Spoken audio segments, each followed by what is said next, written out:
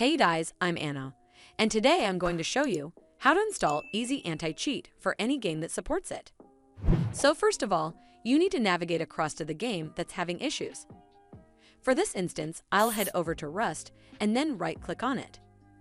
Next, click on Manage and then click Browse Local Files. It'll open up a folder window. From here, you need to locate Easy Anti-Cheat folder.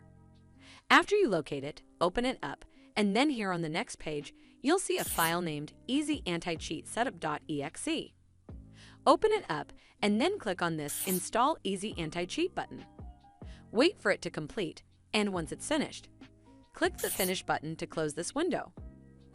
Well, I hope you found this video helpful, and if you did, then make sure you give this video a super thanks by clicking on this heart icon to help support the channel.